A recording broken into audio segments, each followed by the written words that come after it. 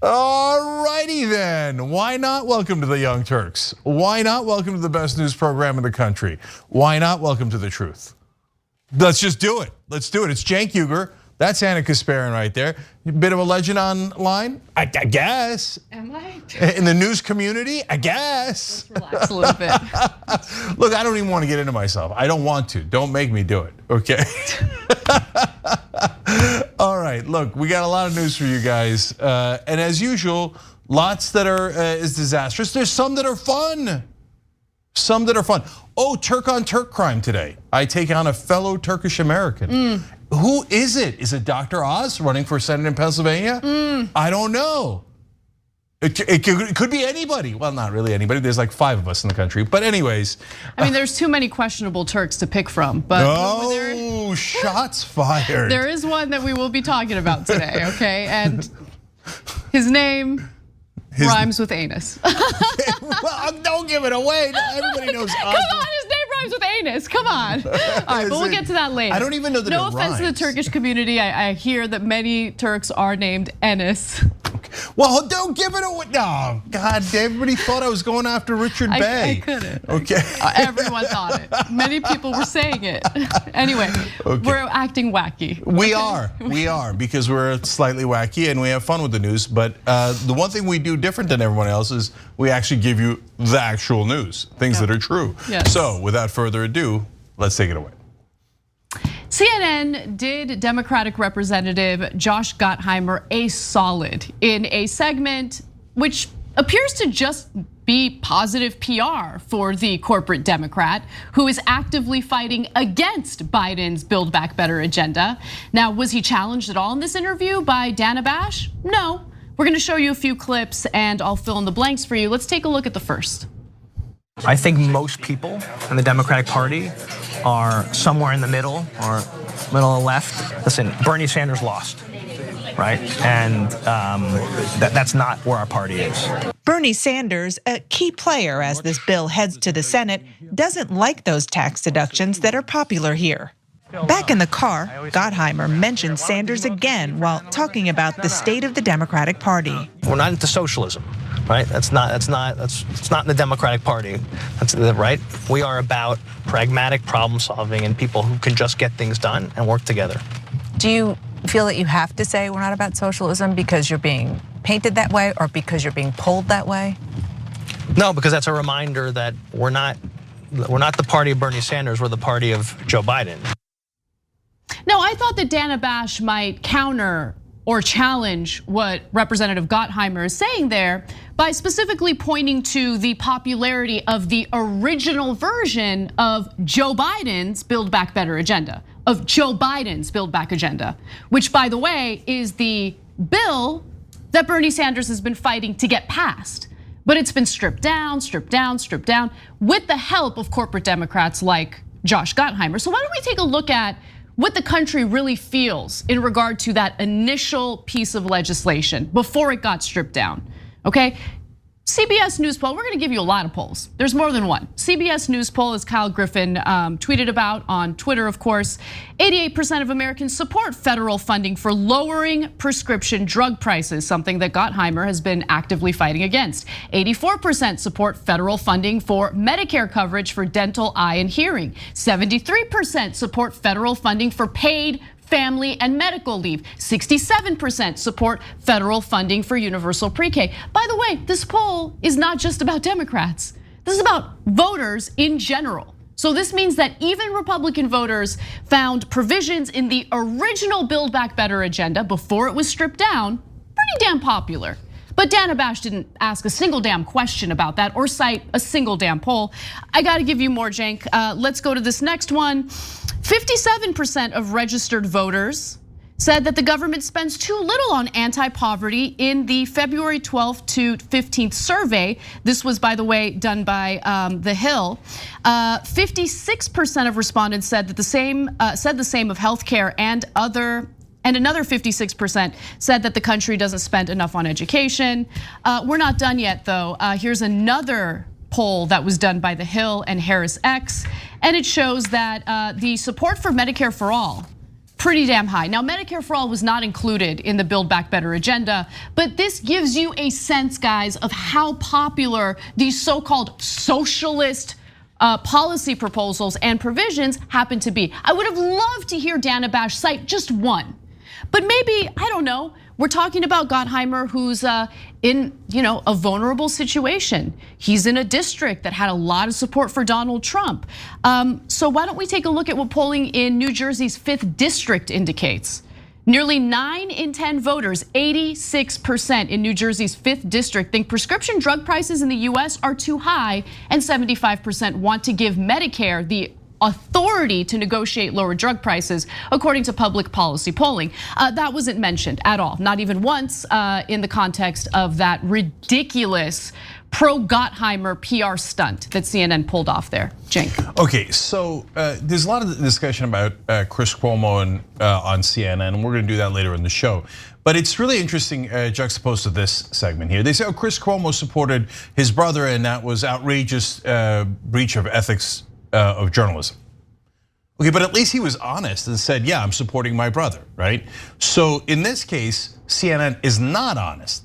It's not personal, guys. I've met Dana Bash. I think she's a perfectly good person, and I feel bad criticizing good people, right? But it's groupthink. And they all genuinely believe this giant ad for Gottheimer, who is maybe the worst corporate Democrat in the House, is normal. They don't realize it's an ad.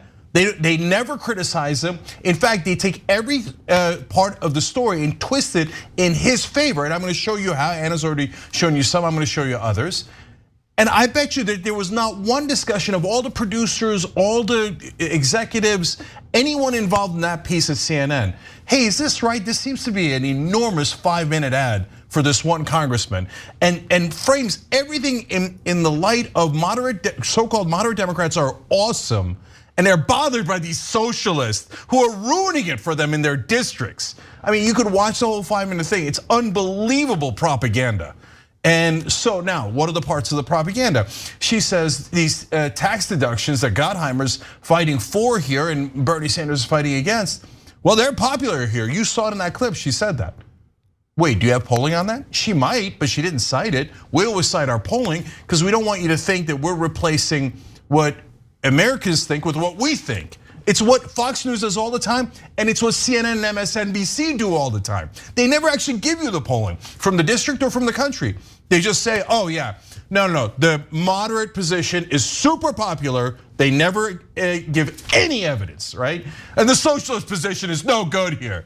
Now, by the way, what the hell does socialist mean? Of course, they don't never explain that. Not just in that piece, but ever on CNN. It doesn't mean a goddamn thing. It's just wordplay. Anyways, so now the facts. Now look, Gottheimer opposed nearly every provision that Anna just read you with overwhelming popularity. So Medicare negotiating drug prices, you just saw there, 75% popularity. It's hard to get more popular than that, right? And that was very clear. It wasn't just lowering drug prices. That particular provision for Medicare to negotiate drug prices, 75%. Gottheimer fought tooth and nail against that. Was that clear in the CNN piece? No, it made it seem like Gottheimer was in favor of Biden's agenda as opposed to Bernie's agenda. But that's actually not true factually, empirically. He watered down Biden's agenda at every turn. He fought the most popular provisions in Biden's agenda and made the bill, and in fact, we've given you this poll in the past. When the bill was at 3.5 trillion, it was enormously popular in the country. And then an amazing thing happened. When they cut it down to 1.75 trillion, what CNN always cheerleads for, oh, they cut it, the country loves that they cut it in half, right? No, the polling indicated it lost massive popularity, and it went from very popular to under 50% once they cut the most popular parts, and Gottheimer did that. Gottheimer did that. That's a fact. So why does CNN de facto lie to you with a giant ad for Gottheimer that he didn't earn and that isn't factually based? We ask you guys to do accountability on us all the time and to double check what we're saying, double check the numbers and the facts. But unfortunately, neither right-wing media or corporate media ever actually cares about the facts. They just care about their agenda. Another example, Chris Christie, Every station did a massive special on Chris Christie because he had a book coming out. Why? When have they ever done that for a progressive? So what corporate media does is honestly not really news, but marketing on behalf of corporate politicians. The same poll that I cited from Public Policy also indicates that 40%, a whopping 40% of voters would be less likely to vote to re-elect Representative Gottheimer next year if he opposes legislation empowering the federal government to negotiate pricing on prescription drugs, which, by the way, he absolutely does. He has fought against that provision and he has succeeded in fighting against that provision. Among Democrats, 50% say they'd be less likely to back Gottheimer if he opposes the plan. So let me be clear about something. When CNN perpetuates this lie, this myth, this deception about how, well, what could Gottheimer do? I mean, he's in a district that's very competitive, a lot of Trump supporters in that district. What can he do? Trump supporters absolutely love the idea of being price gouged for pharmaceutical drugs, right?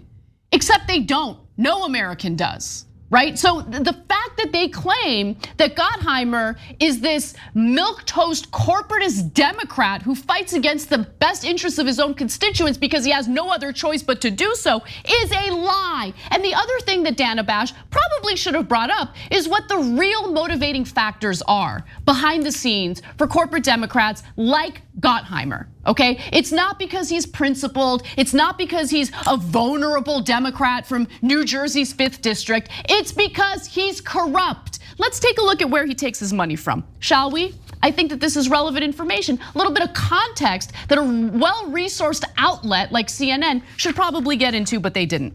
So if you look at numbers just from 2021 to 2022, okay, this is the election fundraising cycle for 2021 to 2022. Obviously that cycle isn't over yet. We haven't even hit 2022, but it doesn't matter. You look at how much money Gottheimer specifically has raised, okay? From securities and investment alone, over $500,000. Okay, that's the bankers. That's the bankers, of course. And then when you look at his top contributors, oh wow, golly gee, Blackstone Group is one of his top contributors. Blackstone, by the way, taking cheap money from the Federal Reserve, and instead of doing something that's beneficial with that money for ordinary Americans, what did they do? They invested that money in buying up single-family homes, the limited inventory of single-family homes, so they can then turn around and corner the rental market. Okay, that's what Blackstone is up to. But let's take a look at the entirety of Gottheimer's pretty short political career. Remember, he got elected into Congress in 2016. He has taken more than $3.6 million from banks, from Wall Street, in his short career, from 2015 to 2022. Okay, Blackstone Group, of course, one of the top contributors, $220,000. But look, as I've mentioned before, when you see lawyers and law firms as the top industry or industries giving to politicians, it's basically donors giving through law firms in order to contribute dark money. That's how they do it. That's part of how they do it. So that's why you see over $1.6 million from law firms. Yeah, so and that doesn't even include any of the dark money and all the PACs that are going to help Gottheimer, that are riddled with banking money, real estate money, drug company money, oil company money. One more graphic actually from Open Secrets, because they break it down by industry, and it isn't shocking to me at all that insurance happens to be one of the top industries donating money to Josh Gottheimer. And real estate there, as you see. Okay, so now guys, look. The main problem with CNN and all mainstream media, this is just a symbol of it, is that they take positions of Gottheimer, and he's just a symbol of it as well, that we can show you, and we have shown you, where you can connect the donations to his voting pattern about 100%, right? And certainly in every example we've shown you, he gets a huge amount of money and then he votes for that industry. Now, CNN claims, no, that's just a coincidence. Actually, they never even address it, because to them, talking about the corporate donations is heresy. Well, that would give away the game. That would let your audience know why politicians actually vote the way that they do. And apparently in the news business, you're not supposed to do that according to mainstream media. And it's, again, not just CNN, New York Times, so many others. They completely ignore the elephant in the room, all of the donor money. It's absurd that they never talk about it. Okay, but their excuse is, no, his views line up with the district. Well, Anna just proved to you, beyond a shadow of a doubt, that's just not true. So what they do is, they do this trick, this con man trick, where they replace the word corporate with the word moderate. And they go, oh, look, oh, here it is, oh, they're moderates. They're the reasonable ones. Moderates are reasonable. Everyone else is unreasonable. There's a little snippet in that 5-minute segment of him where they're like, he's like, I'm just trying to bring people together. And they have a guy at a diner, he's just trying to bring people together. The middle is great, they don't explain.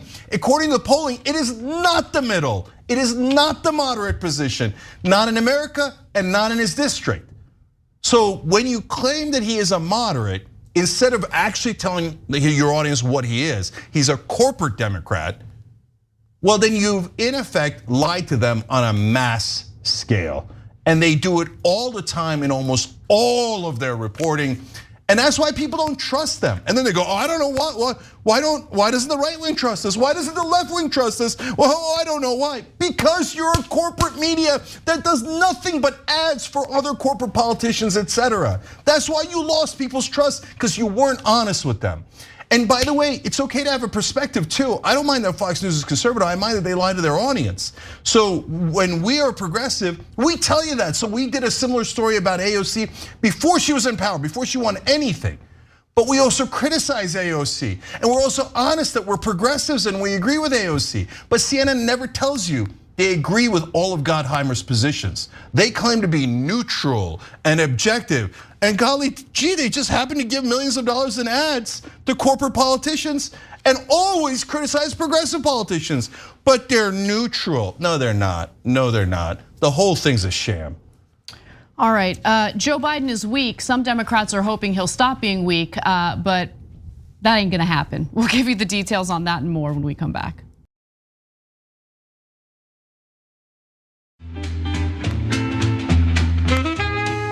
All right, back on TYT, Cenk and Anna with you guys. Go. Democratic lawmakers would like President Joe Biden to stop being so incredibly weak in promoting his own economic agenda. In response to those concerns, I would say that Democratic lawmakers better get used to Joe Biden, who just vacationed in the home of Carlyle co-CEO Rubenstein's, nice little condo. Like he's not looking out for you. He's not looking out for his own economic agenda. He's not gonna do it. Anyway, let me continue. I'm already giving you guys my opinion before I give you the details of the story. I can't help myself. So, apparently a number of senior advisors in the West Wing, including Chief of Staff Ron Klain, have at times urged Biden to embrace more partisan political combat and call out Republicans when needed, according to 3 aides not authorized to publicly discuss private conversations.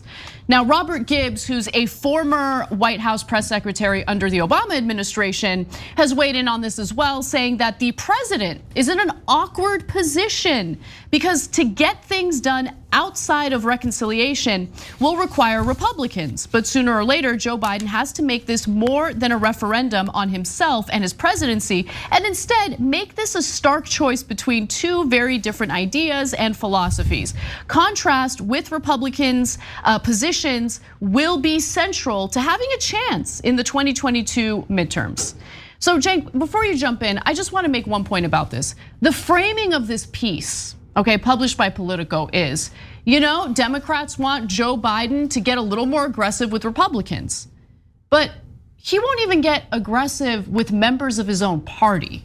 So when it comes to passing his own agenda, the biggest obstacle for Biden hasn't been Republicans. It's actually been Democrats in the Senate. And he has not played hardball with them at all. Hasn't played hardball with Joe Manchin, has not played hardball with Kyrsten Sinema, doesn't intend on ever doing that.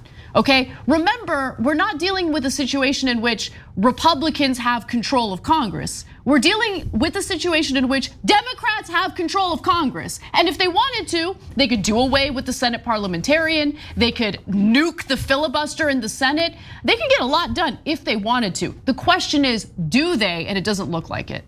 Okay, so the jury's in this article. They explain to you whether Biden is actually going to be strong and challenge Republicans. The idea of him challenging corporate Democrats is laughable. Anna's absolutely right. You got to first get through the corporate Democrats before you could even get to the Republicans. No one defends the Republican Party better than Joe Manchin and Chris Cuomo. And Biden allows them to defend it. He empowers and enables them to defend the Republican Party. Oftentimes he comes out and defends the Republican Party. We've shown you clips of him where he comes out and goes, I wish the Republican Party was better. I want them to be strong. I want them to be awesome. I want to work with them. I love bipartisanship. And look at them, they help with the infrastructure bill. Of course, totally corporate-backed bill that both parties, corporate wings would love. But he's like, oh, the Republicans were great. Republicans are great. Republicans are great. Pelosi comes out, oh, I want the Republicans to be strong. You're in the opposite party.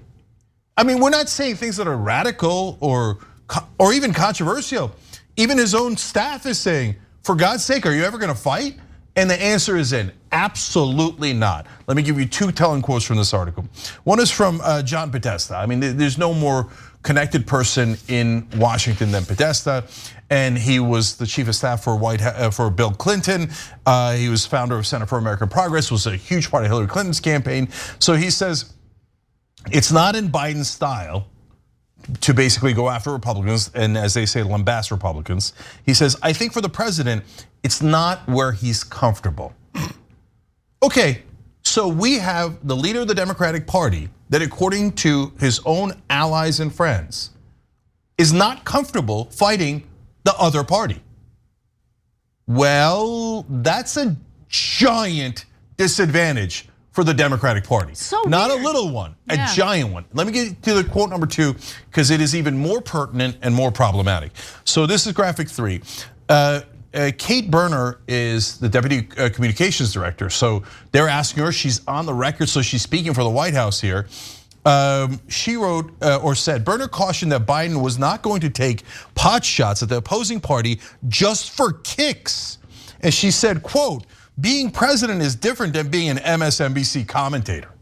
Okay, now that right there tells you all you need to know about how dysfunctional and clueless the Biden administration is.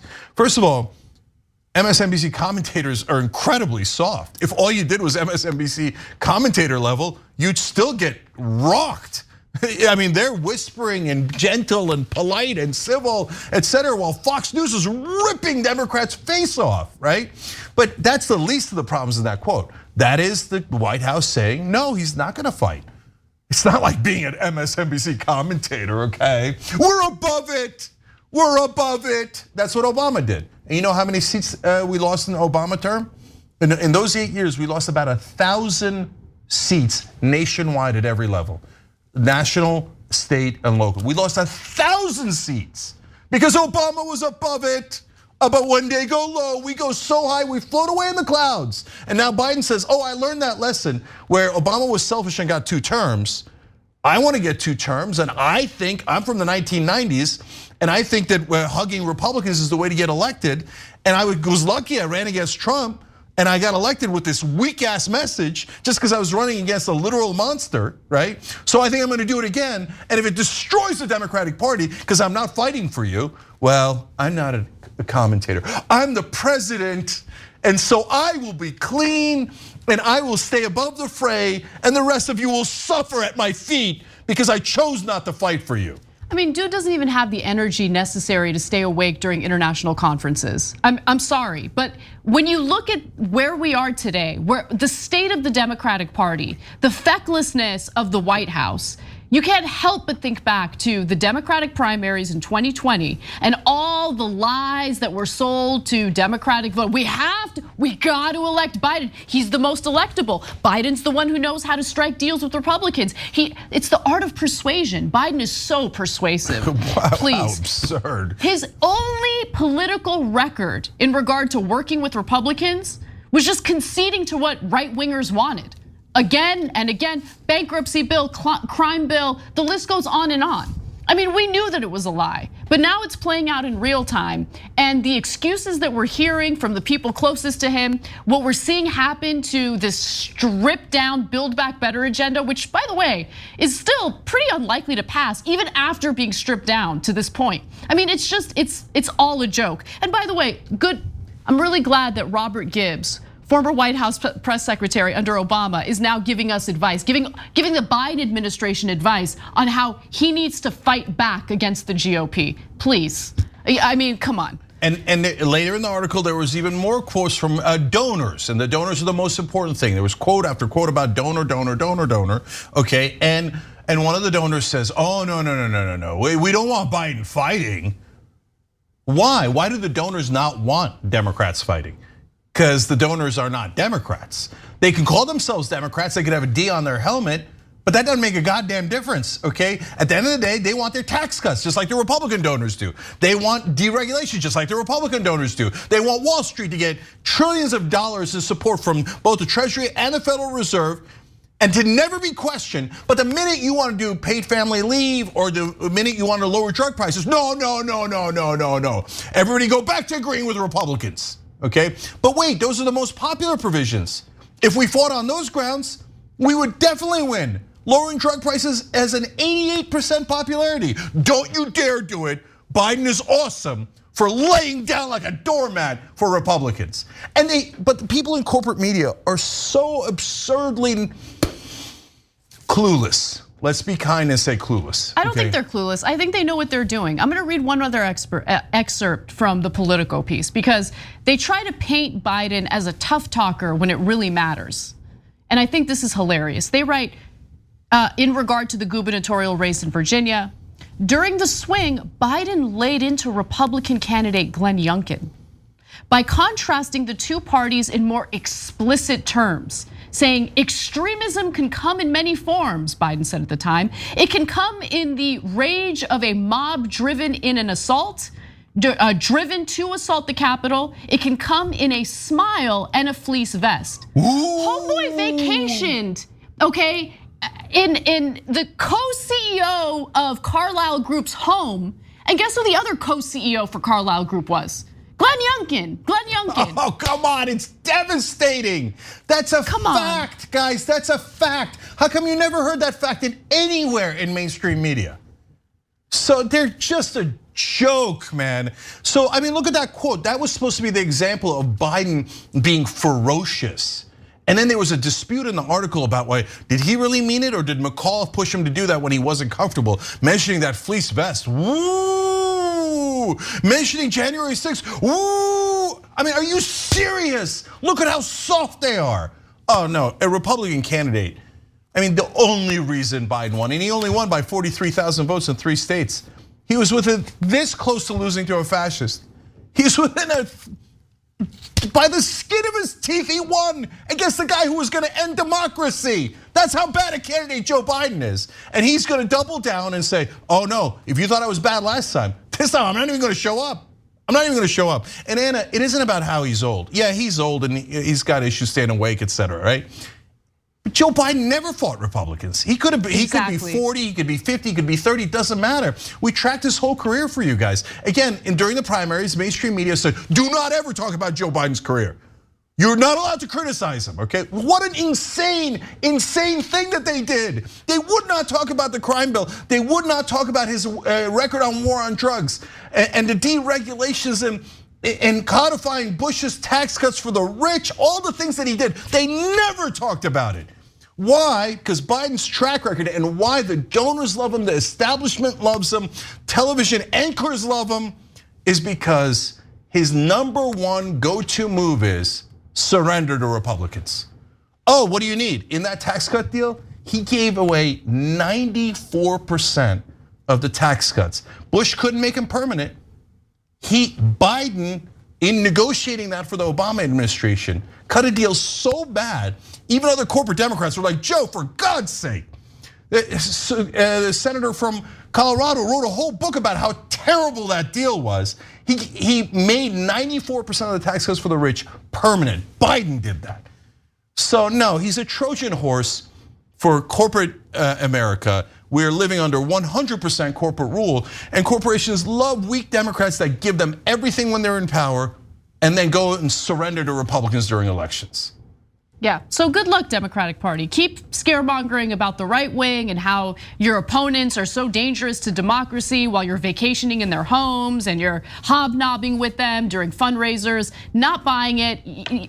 They have nothing else to run on because they accomplish jack, okay? And they need to take responsibility for it. It's not the progressives' fault that they're massive losers who failed to even pass their own agenda.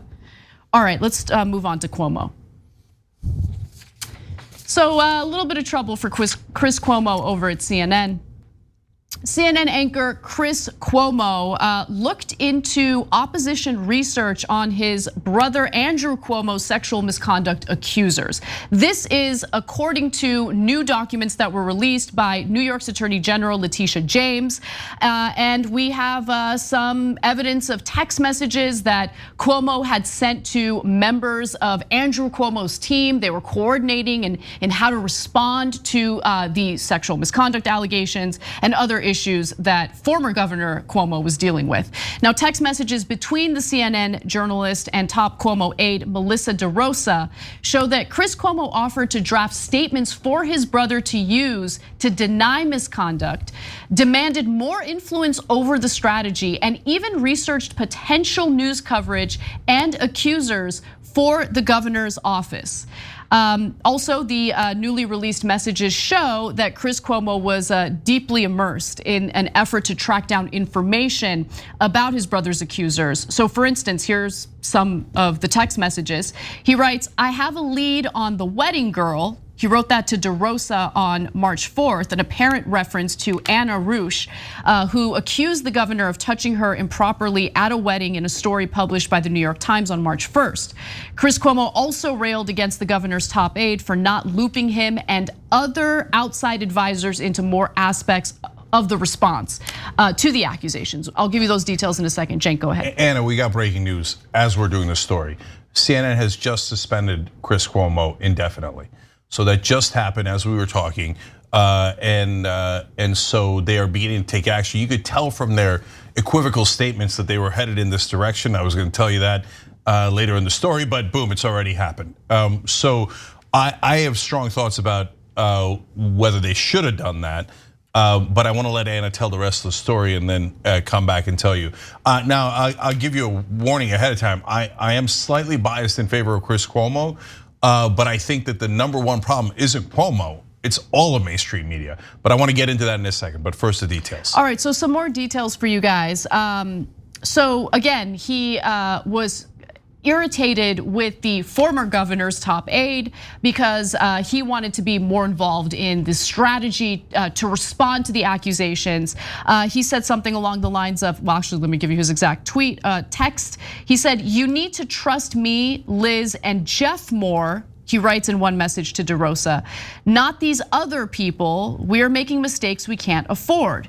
And believe it or not, based on these documents, it gets worse. On March 12th, for instance, he sent DeRosa the draft of a never released statement for his brother to use to explain why he cannot and will not resign the governorship. Cuomo advised his older brother to say that he understands why accusations were being made, referring to the charges as acts of political warfare.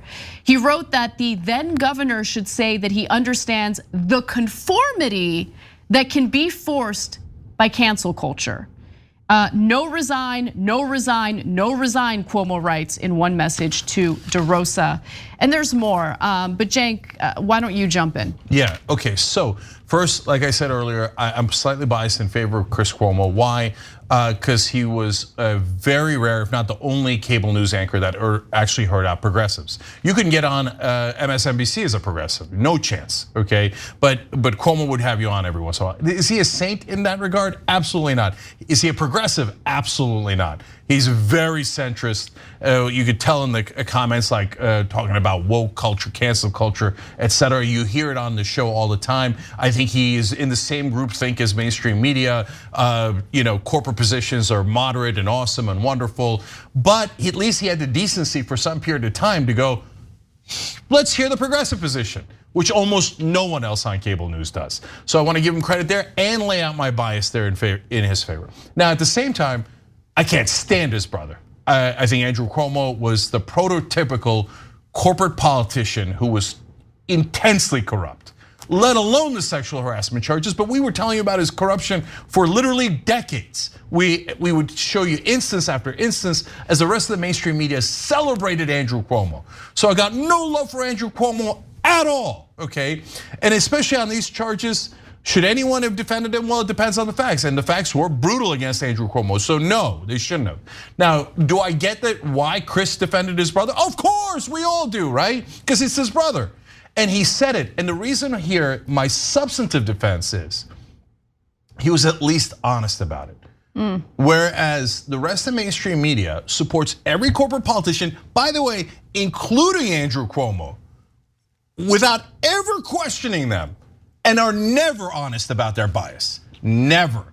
So they turned on him because of the sexual harassment allegations, but before it was, oh, Andrew Cuomo's the best. Oh, maybe Andrew Cuomo should run instead of Biden. Maybe they should put Cuomo in his place. Oh, Cuomo's this, Cuomo's that. Meanwhile, we already knew at that point, he'd already shut down a commission to investigate corruption once they started looking into his corruption. And we can go on, there's dozens of instances of Andrew Cuomo's corruption that all of media, including CNN, completely ignored. They were giant fans and basically did propaganda and advertising and marketing for Andrew Cuomo. Now they turn around and go, it was his brother's fault. Not buying it, not buying it. He was the only one who was actually honest. Obviously, I'm on my brother's side here, and he did not cover it. Can you still cross lines? Yes. And he did.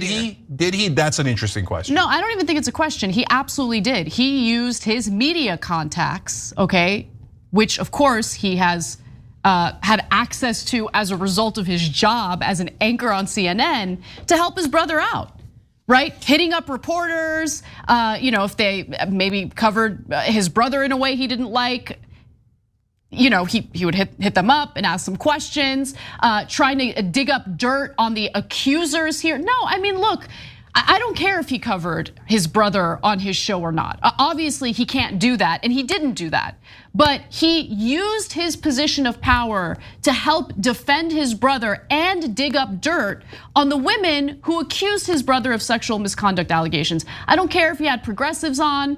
I don't care if he had us on very briefly during the Democratic primaries. I don't care about any of that. What I care about is what does he do with his power? And clearly in this position of power, while he wasn't covering the story on his show, he was still using that position of power in order to defend the indefensible. So here's where I think a couple of lines are. One, did you do Oppo research on a victim? That's a line that should definitely not be crossed, right? And so I read with great care what they said he did, and that's why I think it's debatable. And I'm curious what you guys think. I hear you, Anna, on your position. So what he did was he called other people to find out if Ronan Farrow was going to publish a piece and if it was going to include more than the first accuser. So nowhere, as far as I saw, did he then go to reporters and say the accusers are no good, here's their problems, here's their background. If he'd done that, that clearly crosses the line. But it doesn't appear that he did that. Now, you could agree with Anna that no, just the very fact of calling other reporters crossed the line, partly because you're an anchor on CNN. That is a very, very coveted position. And a lot of people want to go on CNN. So if they think that you're asking for a favor, that puts people in an awkward spot, right? A journalist, Cenk, like the only real role, I know that we forget, right? Because we don't really have many journalists who do this. The only real role for journalists is to hold people in positions of power accountable. That is the only real function for journalism, right? We're talking about at the time, governor of New York, who has engaged in misconduct, not just sexual misconduct, but also the kind of misconduct that led to unnecessary deaths in nursing homes because he forced the nursing homes in the state of New York to take in elderly coronavirus patients who still had coronavirus, okay? No, I'm sorry, if you're gonna call yourself a journalist while simultaneously helping out your brother in a position of power behind the scenes, knowing full well that he has committed gross injustice bias in various cases, whether it be sexual misconduct or these nursing homes. You're not a journalist. You have no role as a primetime anchor on any news show. Yeah, no, look, the reason why I keep sticking out, look guys, Cuomo's probably gone, okay? So it does, I mean, if they used to get suspended indefinitely, it's super hard to come back from that. So this is not a conversation about, oh boy, wouldn't it be great to be on Cuomo's show? He hasn't had us on since the minute Bernie Sanders lost the chance of being on. So I don't want you to think that it's personal in that sense. I'm being overly careful about telling you about our bias. As soon as Bernie Sanders lost his chance, everybody wiped out every progressive on television, okay? I don't have a bias. I don't care about going on CNN at all. 0%. No, I mean, look at us. We've ripped CNN 1,000 times, even just on this one show. But I'm telling you what my real opinions are, okay? So in this case, look, he did not cover Cuomo when Andrew Cuomo ran into these controversies, right? But he did cover Andrew Cuomo during coronavirus and gave him enormous positive coverage. But again, so did the rest of the media, overflowing praise for Andrew Cuomo. And here we are, we're screaming, the guy does everything for his donors. Look at what he did for the real estate interest in New York. It's so obvious and it's provable, and we've shown it to you. Yet none of them would cover it. And they would pretend to be neutral and objective as they kissed Andrew Cuomo's ass 24/7. And they not only let Chris do those segments supporting Andrew Cuomo during coronavirus, they encouraged him to do it. Now they turn around and go, it turns out there's gambling in this establishment. They're just shocked. No, I'm okay with them suspending Chris Cuomo if they suspend everyone else at the network for always supporting corporate politicians and never at least having the decency to be honest about it. Chris Cuomo was honest about supporting his brother. The rest of that network and the rest of mainstream media is never honest about supporting corporate politicians and always being against both the right wing and the left wing. All right, we got to take a break. When we come back, we're going to take a trip to Clowntown, where a political science professor talks about his hurt feelings in regard to independent women.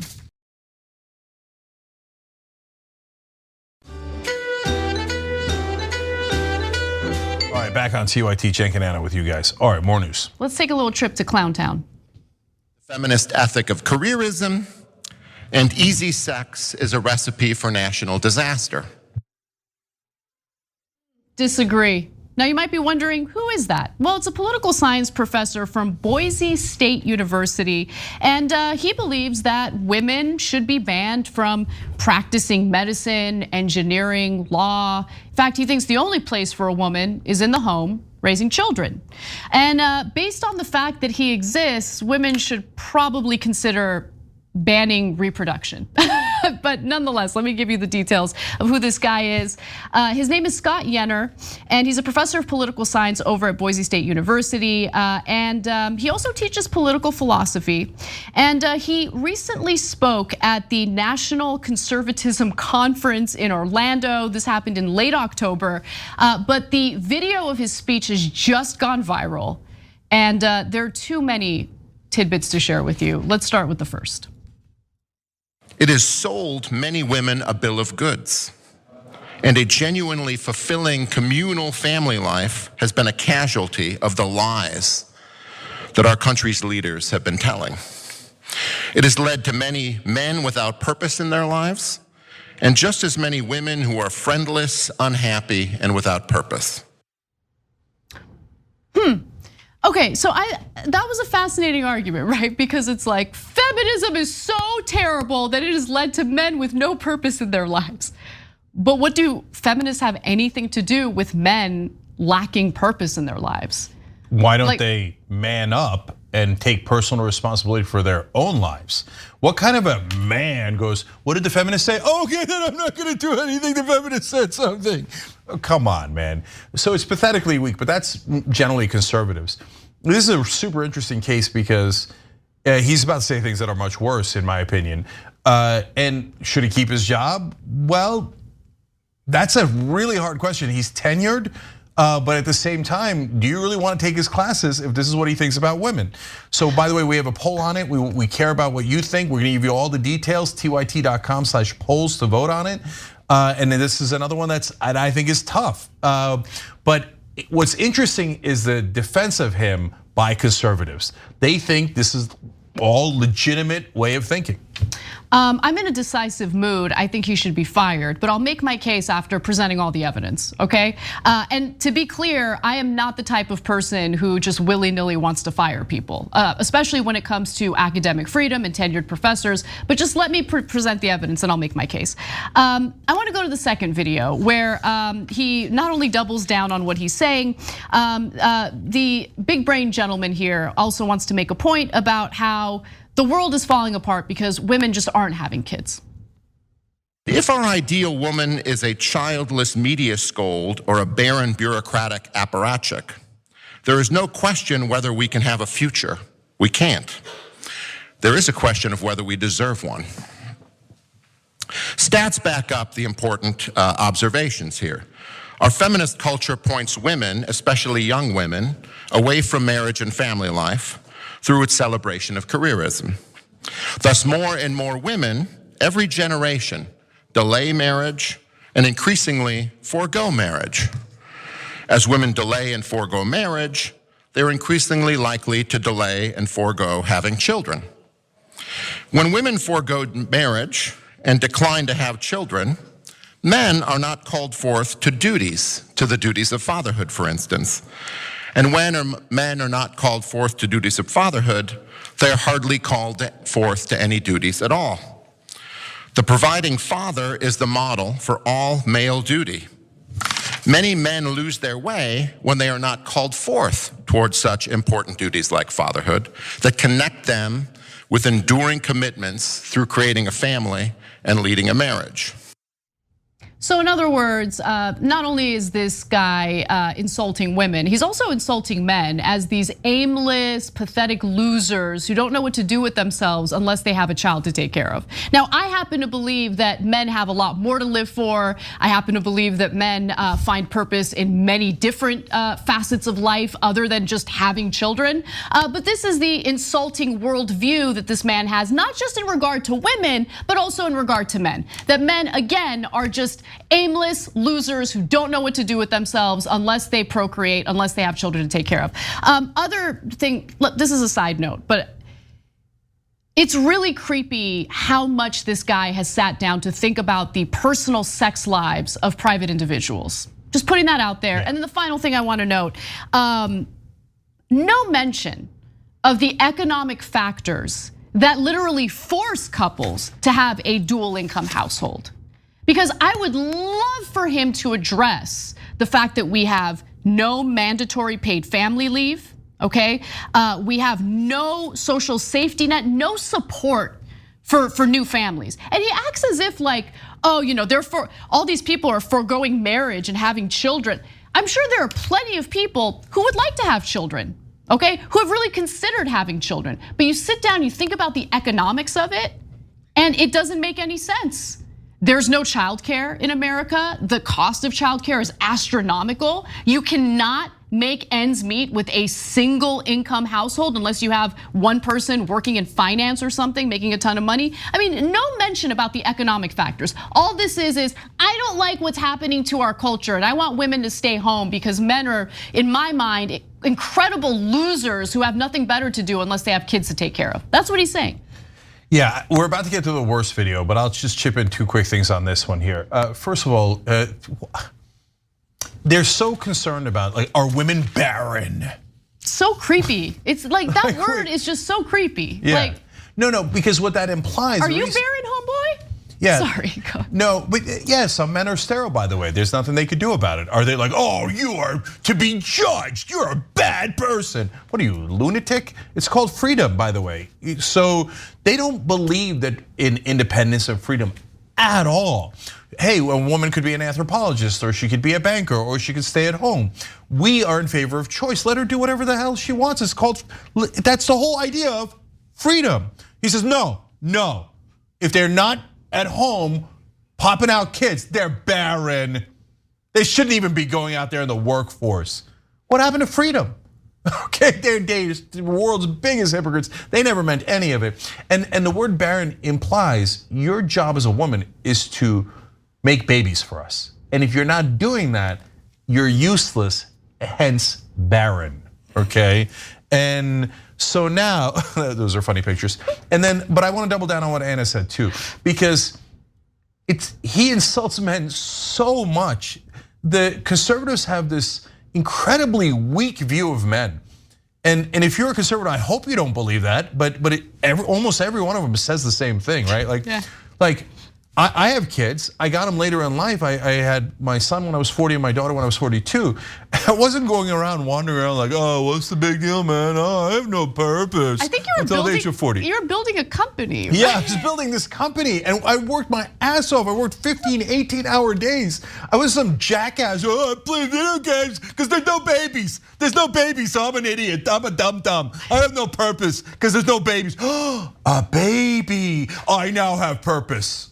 No, I mean, look at the comical view of men they have. But by the way, maybe for some men, maybe for him, having children, and he has 5 kids, so he is not in fact barren, okay? But he has 5 kids, and maybe having those children did in fact give him purpose. And you know what? I applaud him for that. Awesome. But to basically rely on reproducing to give both men and women purpose, I think to project your own values onto everyone else is laughable. And remember, while he's like spewing all this like crazy stuff about like barren women and all that, you have like, he doesn't want women to be part of the workforce. He wants a huge portion of the workforce to stay home. And this is happening at a time when, yes, the birth rate is at an all-time low in America, right? Less and less people, less and less couples are planning on having children. And that's leading to economists panicking because in order for our capitalistic economy to work, you need a workforce, right? You need workers. And so they're panicking about people not having kids, economists are. But this guy is like, no, let's accelerate this situation and just subtract all these women from the workforce because I don't like independent women, which he's about to get into in this next video. What does this independent woman really mean? Our independent women seek their purpose in life in mid-level bureaucratic jobs like human resource management, environmental protection, and marketing. They are more medicated, meddlesome, and quarrelsome than women need to be. Without connections to eternity delivered through their family, such medicated, quarrelsome, and meddlesome women gain their meaning through the seeming participation in the global project. They are agents of the new world, but not new life. Notice he used the word meddlesome not once, but twice. And that's important. It's really, really important. Because what does meddlesome really mean here? It means women who have economic independence have power and they get to have a say, whether it be in a marriage, in a household, in a workplace, whatever it is. And he don't like that. And I gotta build on that because that's such a terrific point. It implies by the very nature of the word that men are in charge and women are meddling. Like he would never call men meddlesome. Who would they be meddling with? They would be meddling with the women in power, presumably, right? Yeah. It would never even occur to him to call men meddlesome. But men should have all the power. Now he says they should, what are they going to the workforce for? To be involved in the global project? Well, then why are men going into the workforce? To be involved in the global, why don't you have disdain for them being involved in the global project? No, because that is the arena of men making important decisions and exercising power. Now women want to come in here and meddle with us exercising power. How dare they? And then when you say, go back into the kitchen and produce babies for me, they're quarrelsome. They quarrel with me. I mean, again, look at the assumption there. I am right. And if you disagree with me, you're being quarrelsome. Okay, yeah. So no, that last video right there, that ends the conversation. Yeah. Not in terms of whether he should be fired, because he is tenured. That's continues to be interesting. But in terms of whether he has a legitimate point of view. And look, hey, this is just a conservative point of view. And I think the transgender person on the track team is the wrong thing. And taxes should be 37%, not 39%. No. He obviously thinks women are inferior. He doesn't mind saying it publicly. He doesn't think that women should be at college getting an education for a future career. Thus, his ideology conflicts with his ability to perform his job. okay? There's a huge conflict there. He should not be a professor because he is handing down grades for female students, and clearly he has a strong bias against those female students, which is why I'm decisive on this. Okay, I believe in tenure, I believe in academic freedom. This ain't academic freedom.